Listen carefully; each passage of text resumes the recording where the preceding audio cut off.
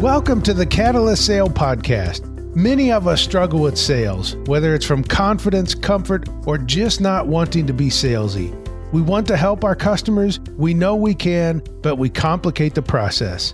This podcast is designed to help professionals like you improve at sales through process, practice, frameworks, and thinking differently about what you already know. I'm your host, Jody Mayberry, and I am here with Mike Simmons, the Chief Revenue Officer of SideSafe. Hi, Mike. Hey, Jody. How are you doing? I'm doing great. I spelled your whole title out because from time to time, I think this is something salespeople will do sometimes is use acronyms and initialisms instead of the full word. So I just wanted to make sure I used the whole title.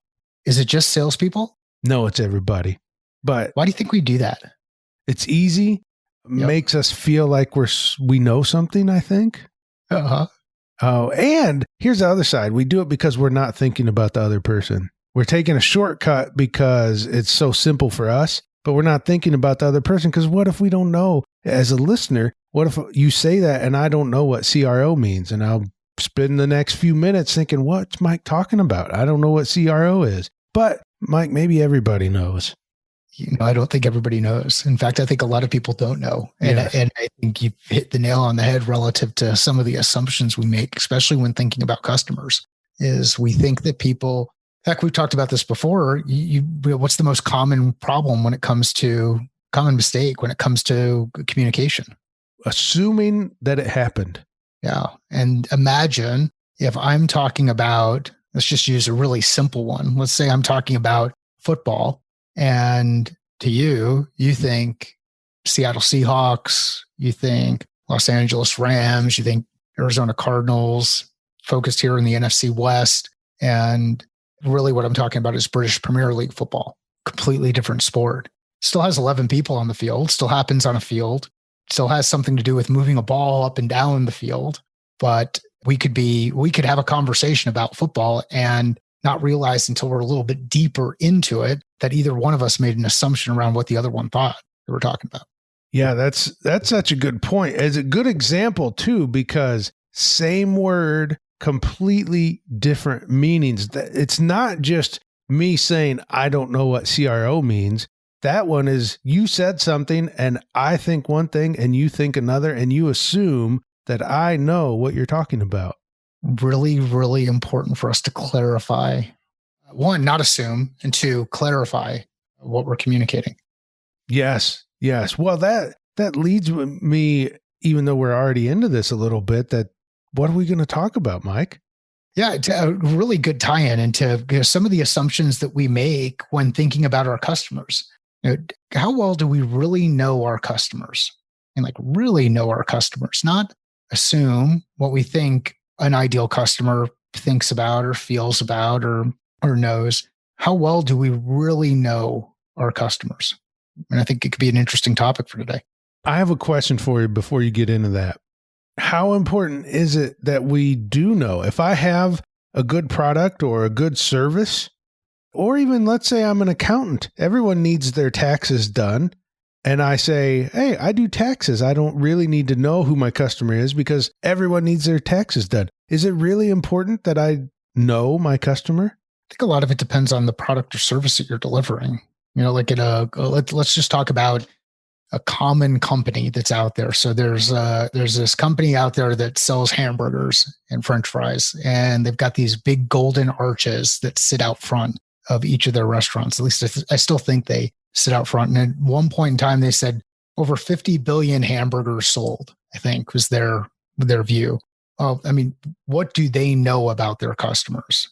They're hungry. In that instance, yep, they're hungry, right? So what's the problem that we're looking to solve? What problem exists for my customer? It could be I'm hungry, or it could be I've got a couple of kids who are hungry, or it could be I've got a group of people who are hungry. It could be I'm running late to someplace that I've got to go. I don't have enough time to come home and cook food, and I need to make sure that I provide something for a group of people. There's so many different ways that you could kind of define the avatar or the specific details behind the customer. Though in this instance, given the number of transactions, the low cost of those, is their view of the detail that they understand about the customer super important?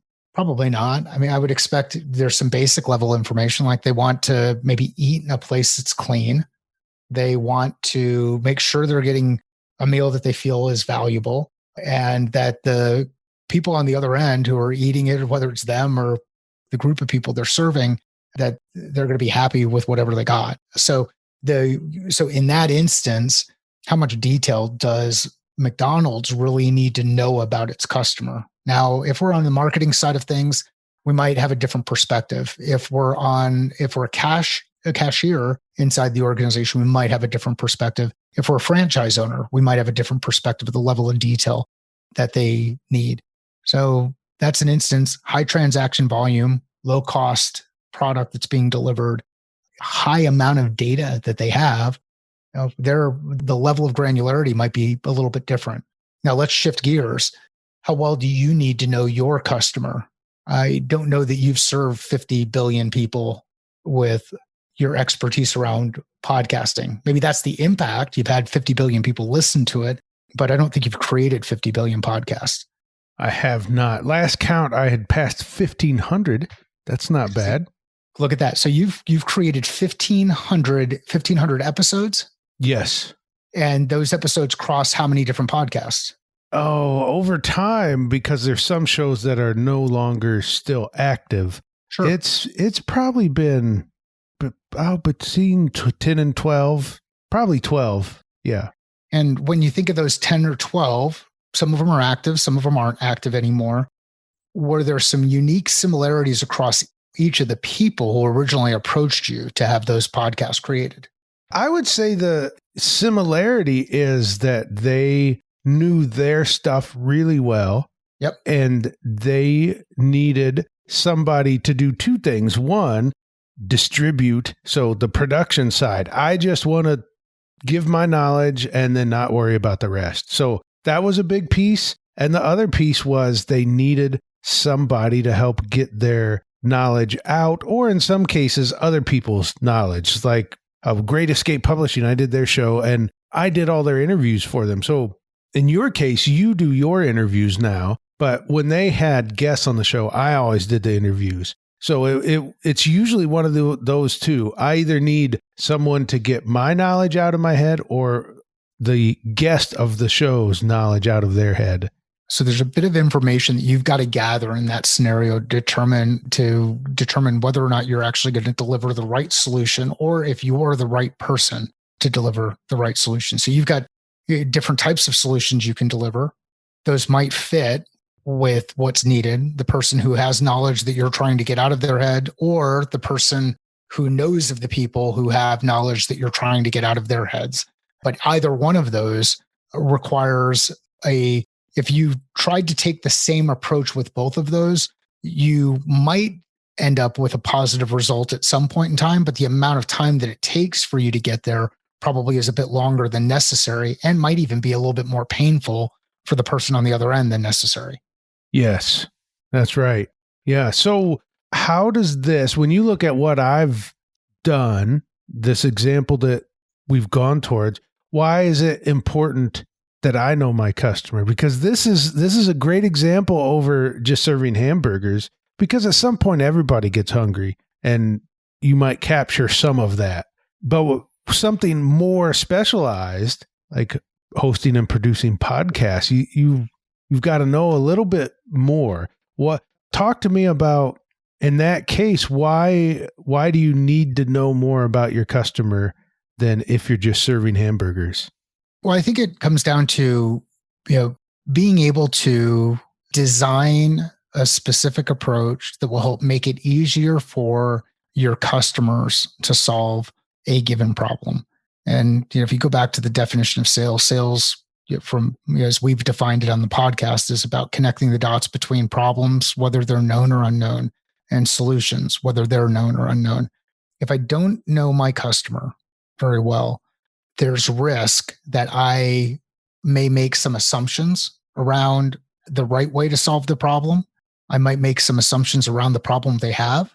I might make some assumptions around what they're looking to get, how important this thing is to them.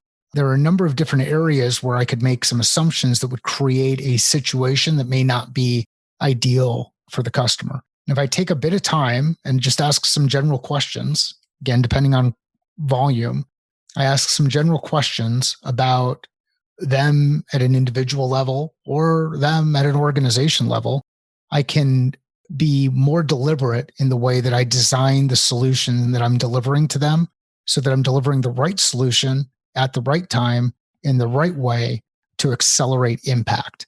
And if I don't do this properly, I increase the risk that either A, I'm not going to be able to help solve their problem because I'm trying to deliver the wrong solution at the wrong time, or B, that I slow down the process for which I'm able to deliver that solution, which ultimately is not a good thing either, because now it doesn't allow them to move forward and do the things that they need to do inside their business. So I think it's a very important thing that we step back, we ask questions, we go through the process of understanding our customers. And one of the guiding principles that I've adopted is understand our customer better than they understand themselves. And if we can do that, which if we're just dealing with individuals, it's going to be really hard to do. I mean, it's hard for me to understand someone better than they understand themselves. I'm not in their head. I don't live with them. But if I'm working with multiple people inside an organization, I might be able to gain perspective that helps me understand their business a bit better than any one individual inside that organization.